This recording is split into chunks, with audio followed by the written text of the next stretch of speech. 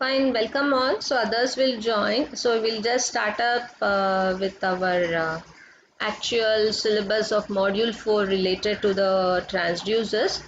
So in the previous class we were dealing about classification of transducers. I hopefully we dealt with the electronic type of electronic element transducers, its classifications, right? So now we have to proceed further, and we also dealt about the capacitance type of capacitors or transducers also.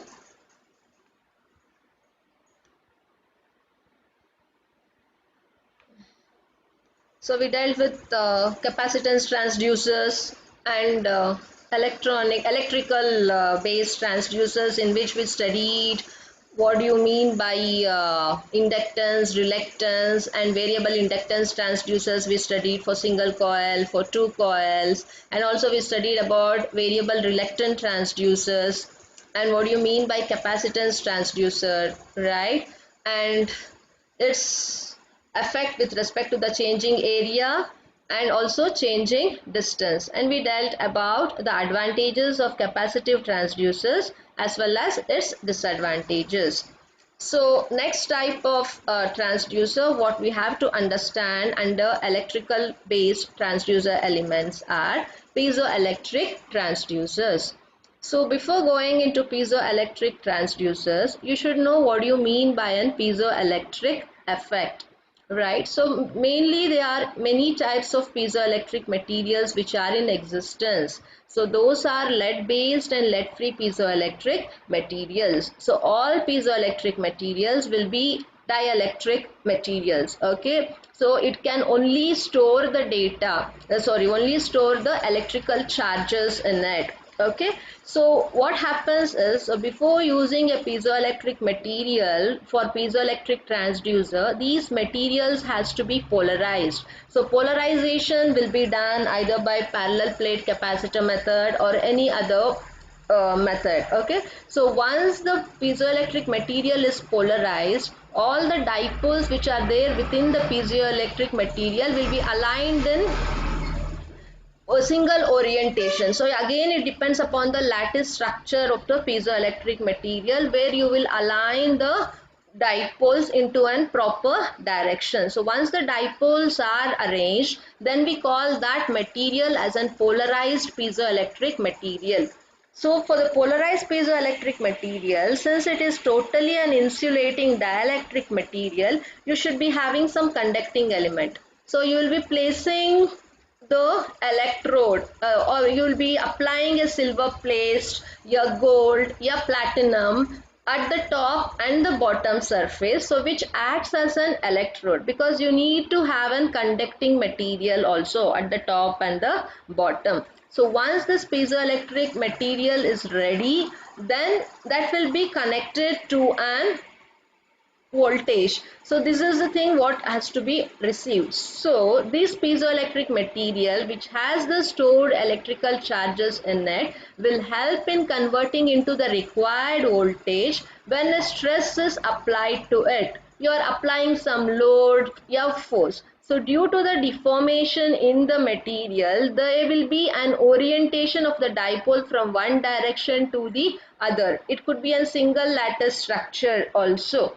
So due to this dipole moment, the stored electrical energy will be used to move from the from inside the body across the surface. So that helps in transmitting the converted voltage. The amount of voltage generated in a piezoelectric material is comparatively very less, in the form of microvolts, okay? But if you try to enhance some conductive material into piezoelectric by reinforcement with CNTs or graphene, anything which induces some amount of conductivity in it finally helps in enhancing the voltage which has been needed. So these type of piezoelectric material could be used in many applications, like transducer. This is one of the application. Similarly, that could be used for load cell, a pressure sensor, or it could be used as a piezoelectric generators, So if you apply a piezoelectric material below the road, then you call that as a smart road. So when a vehicle moves in above the smart road, so the stress induced on the road will be transmitted to the piezoelectric layer. So the generated electrical signal could be transmitted to an storage battery which could be consumed later. So these are the applications and the usage of an piezoelectric material. So in our syllabus we are just focusing that to piezoelectric transducer. Okay, so how does a piezoelectric transducer looks like? So a piezoelectric transducer will be having a piezoelectric material which is our dielectric material, and we call that a piezoelectric crystal.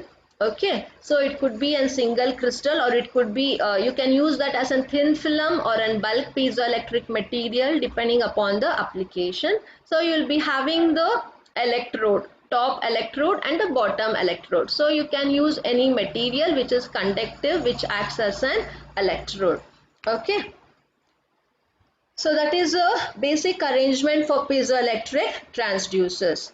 So now you have to understand what you mean by piezoelectric effect. So certain materials can produce electrical potential when subjected to mechanical strain, or conversely if you apply an voltage that can induce the mechanical distortion. So these are called as piezoelectric effect. It could be direct piezoelectric effect or converse piezoelectric effect. In direct piezoelectric effect, you provide the input as a strain, and due to the deformation and movement of the dipoles, it results in converting the voltage as our output. So this is direct piezoelectric effect. Converse is just the reverse of it. You will supply the voltage needed for the change in the dipole moment. So due to the voltage applied, some amount of mechanical distortion will be released in the form of strain. So this is called as the converse piezoelectric effect.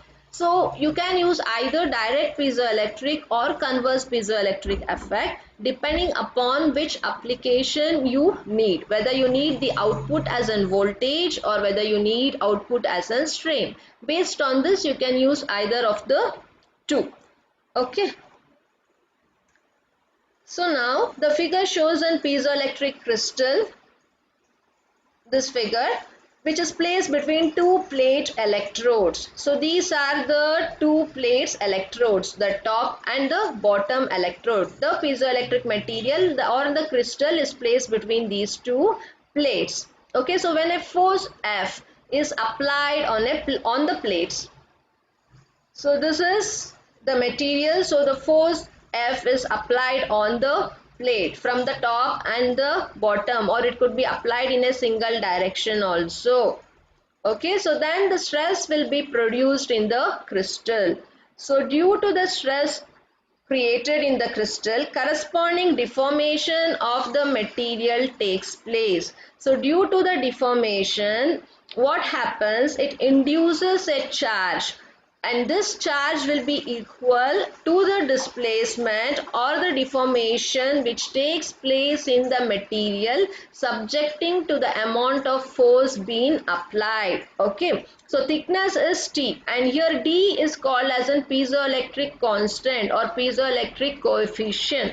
So this piezoelectric constant will be common for the type of piezoelectric material you will be using, and this force will be the amount of force you apply in terms of Newton. So based on that, it induces a charge Q. So based on the current, based on the charge which has been induced, we get the output voltage. So output voltage here depends upon three terms. One is G, which is called as voltage sensitivity. T is the thickness of the material you are using. If it is thin film, the thickness of the dielectric medium, the piezoelectric material will be very thin. And if it is a bulk material, then the thickness of the piezoelectric material will be more. Always if you have you will get good results in thin film piezoelectric material. Okay, so that is one of the thing what you have to consider. So you will get the output voltage based on the voltage sensitivity, the thickness, and P is the amount of pressure being impressed in the material due to the applied force. So this will generate our output voltage. And in this, how do you calculate the value of G? So G, I told you, it is the voltage sensitivity that will be given by D upon E. So where E is the amount of strain induced in the material due to the force applied, and T will be nothing but the piezoelectric constant. So by dividing piezoelectric constant of the given material on the strain induced due to the applied force, you will get this voltage sensitivity. So by using this voltage sensitivity, you will multiply with the thickness of the crystal what you are using and the amount of pressure which has been impressed in the material due to the applied force. So this will provide you the corresponding output voltage. This is how an piezoelectric transducer works. So if they ask you about the piezoelectric transducers, you should explain what you mean by piezoelectric effect, direct, converse, and then relate to our piezoelectric transducer with this sketch. So next you should know what you mean by photoelectric transducer. So as the name itself suggests, the photoelectric transducer converts the light beam into an usable electrical signal. So it senses the light which has been focused on it and convert that beam of light which has been detected by the stage 1 transducer to an useful electrical signal by using a modifier which will be the stage 2 transducer. So as shown in the figure, so this is how a photoelectric transducer looks. So this figure shows, as shown in the figure, the light strikes the photoemissive cathode.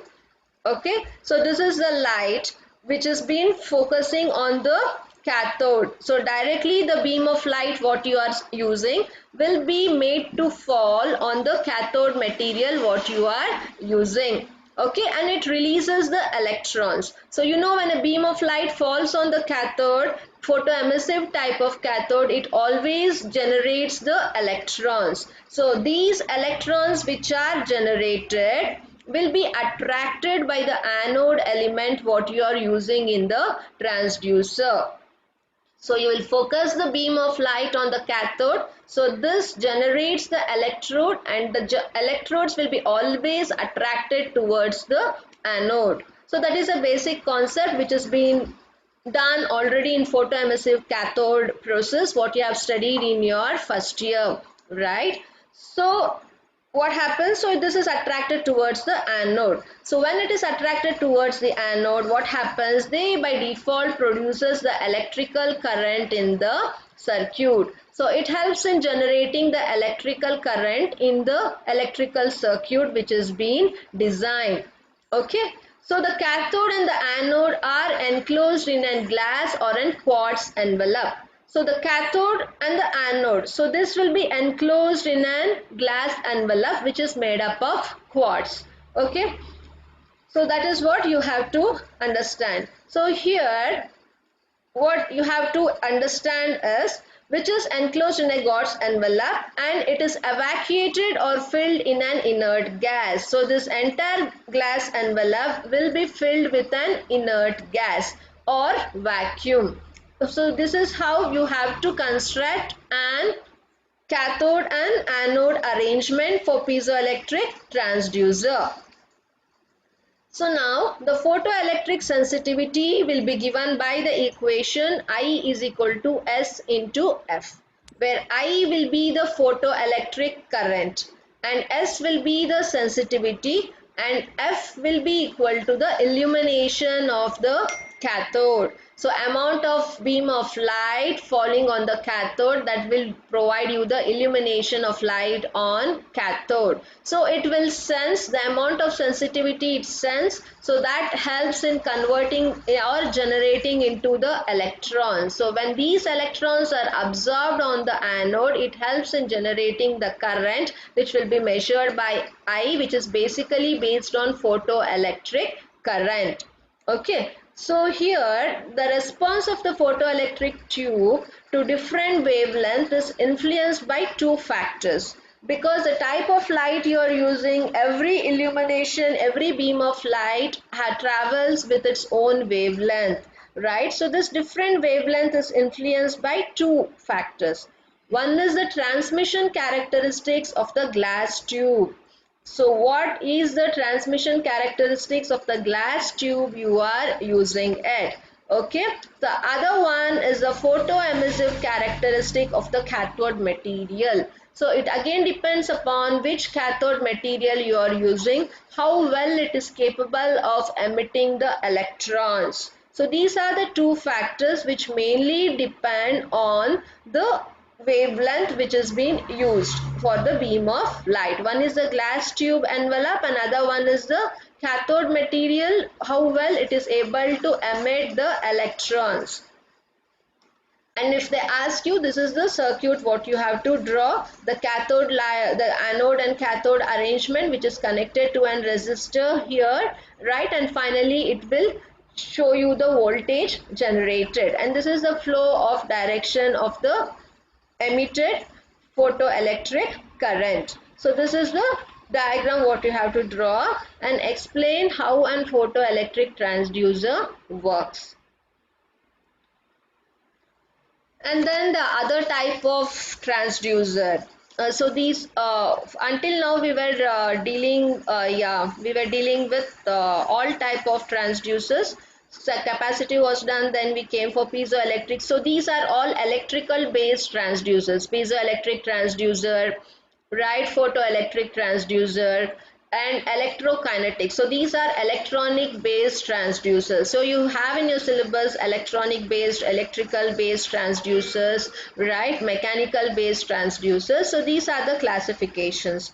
So next you should know what do you mean by electrokinetic transducer. So electrokinetic phenomenon is also referred to as streaming potential. Okay, so both are one and the same. So which occurs when a polar liquid such as water, methanol or acetonitrile is forced through a porous disc. So if you have a porous disc and if you make these polar liquid to force into it, such as water, methanol or acetonitrile, then it results in electrokinetic phenomenon. So what is this electrokinetic phenomenon? So when the liquid, it could be either water, methanol or acetonitrile. So when these liquids passes through the pores of the porous disc, a voltage is generated. Okay, so which is in phase with and directly proportional to the pressure across the faces of the disc. So what you understand from here, you will be having a porous disc, and when this liquid is made to force through this, some pressure is applied on the surface of the porous disc. So amount of pressure applied on the porous disc will help in generating the equal amount of voltage. So this will be in line directly proportional to the amount of pressure applied on the faces of the disc. So this is again directly depends upon the force with which these liquids are passing through the porous disc. So last option is, if the direction of the flow is reversed, the polarity of the signal will also be reversed. So if it is moving from left to right, so you will get one sign convention, it could be positive. So if you make the flow of liquid from right to left, so then the polarity of the voltage signal generated will be the reverse, which is negative.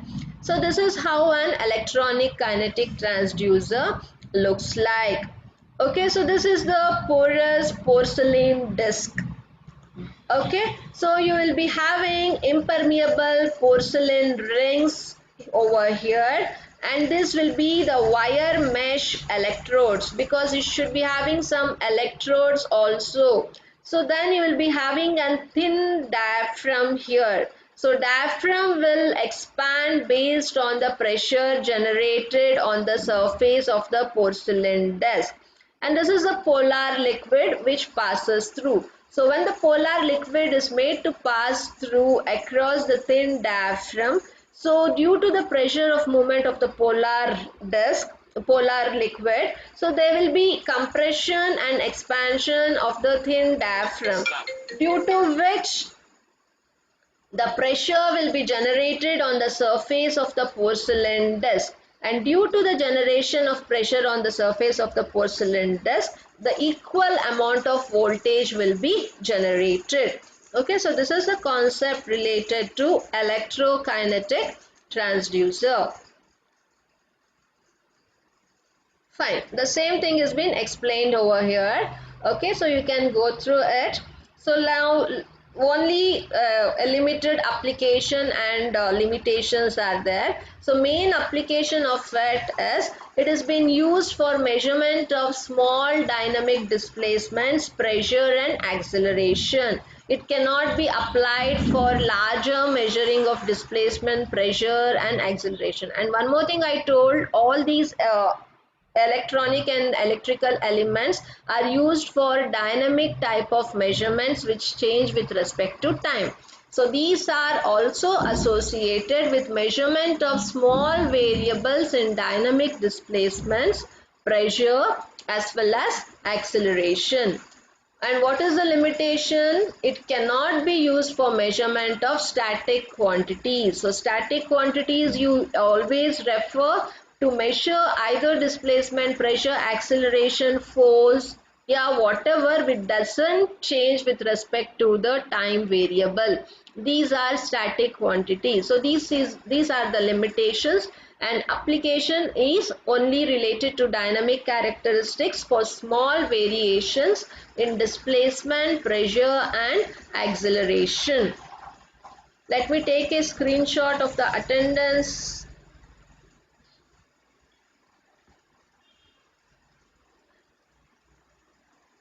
If anyone have not written your name and USN number, kindly do. I'll just take a screenshot.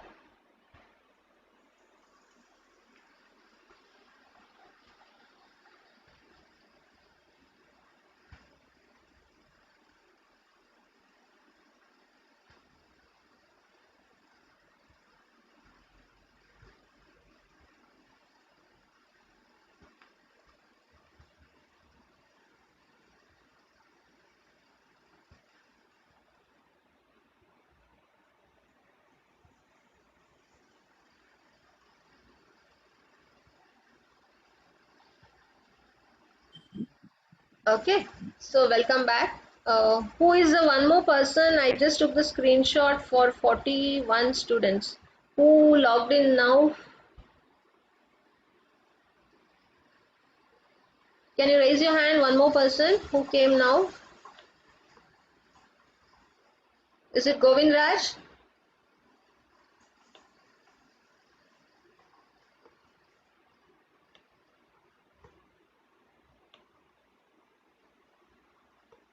I'll just copy the attendance in the Zoom class as well.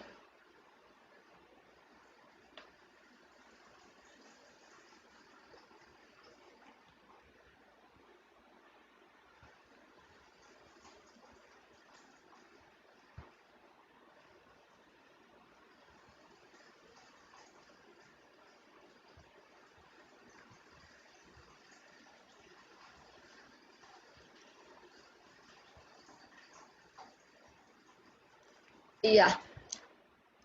So this was the thing related to classification of the transducers. And then comes mechanical system, that is the third part of our section in the module 4. So what does our first slide spoke about? The syllabus, right?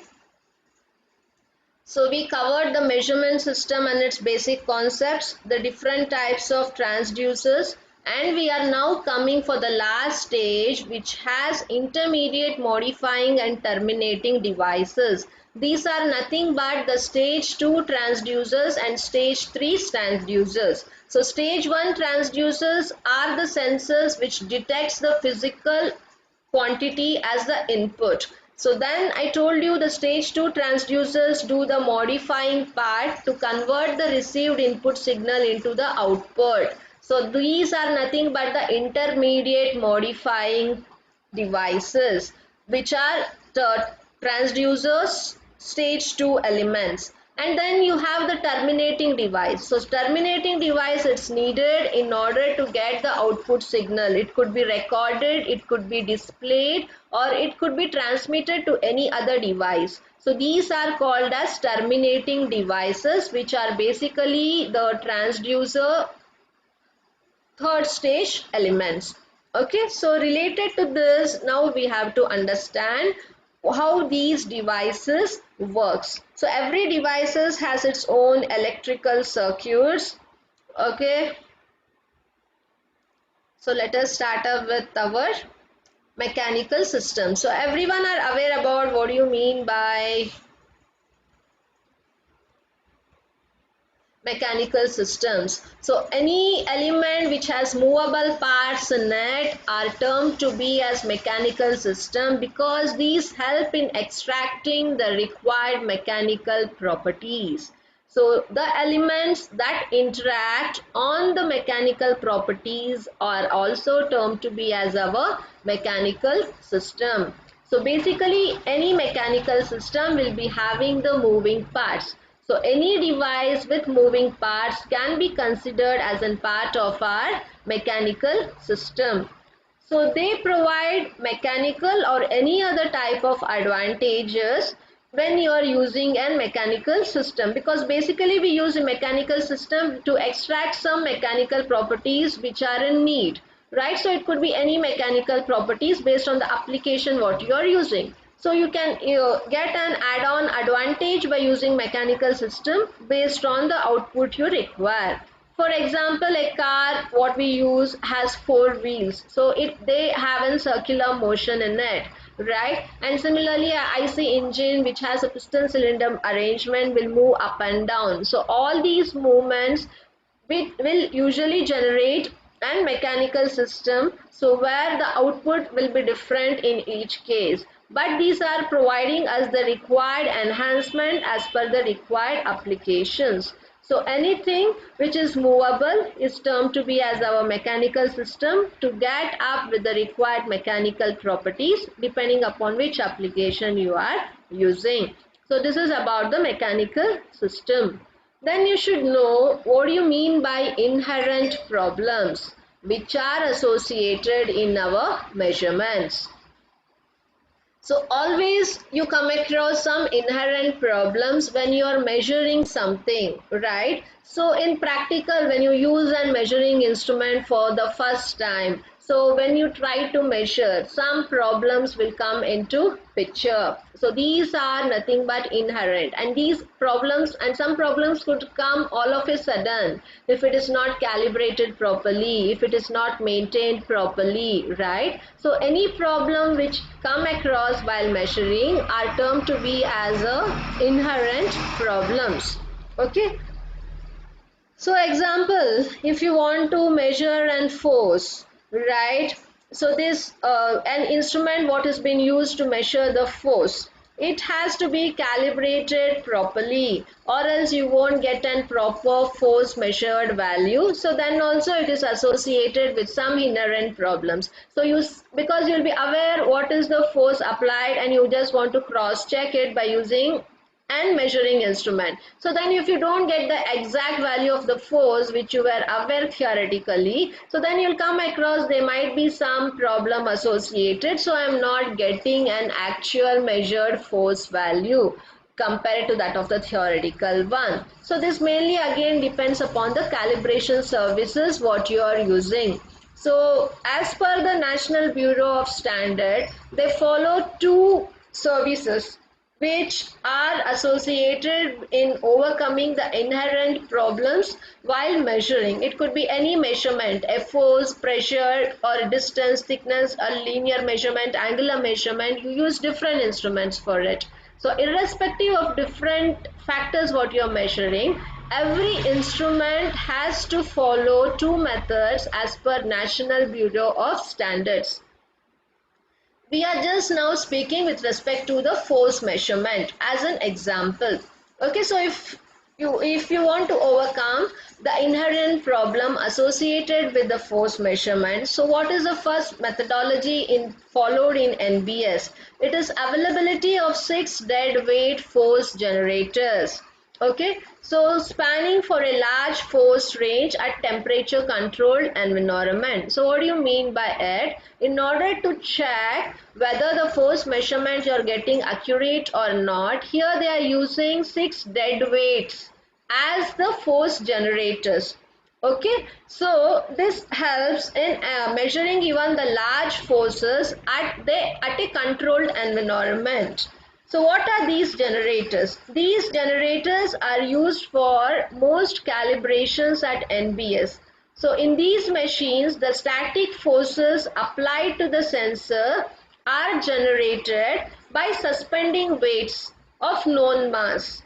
So what happens that you will be having the instruments in which you have to measure the force. So in these, we are speaking here with respect to static measurement of forces and not dynamic measurements. Okay, so the equipments or the instruments or the machine in which you want to measure the static forces will be applied to the sensor.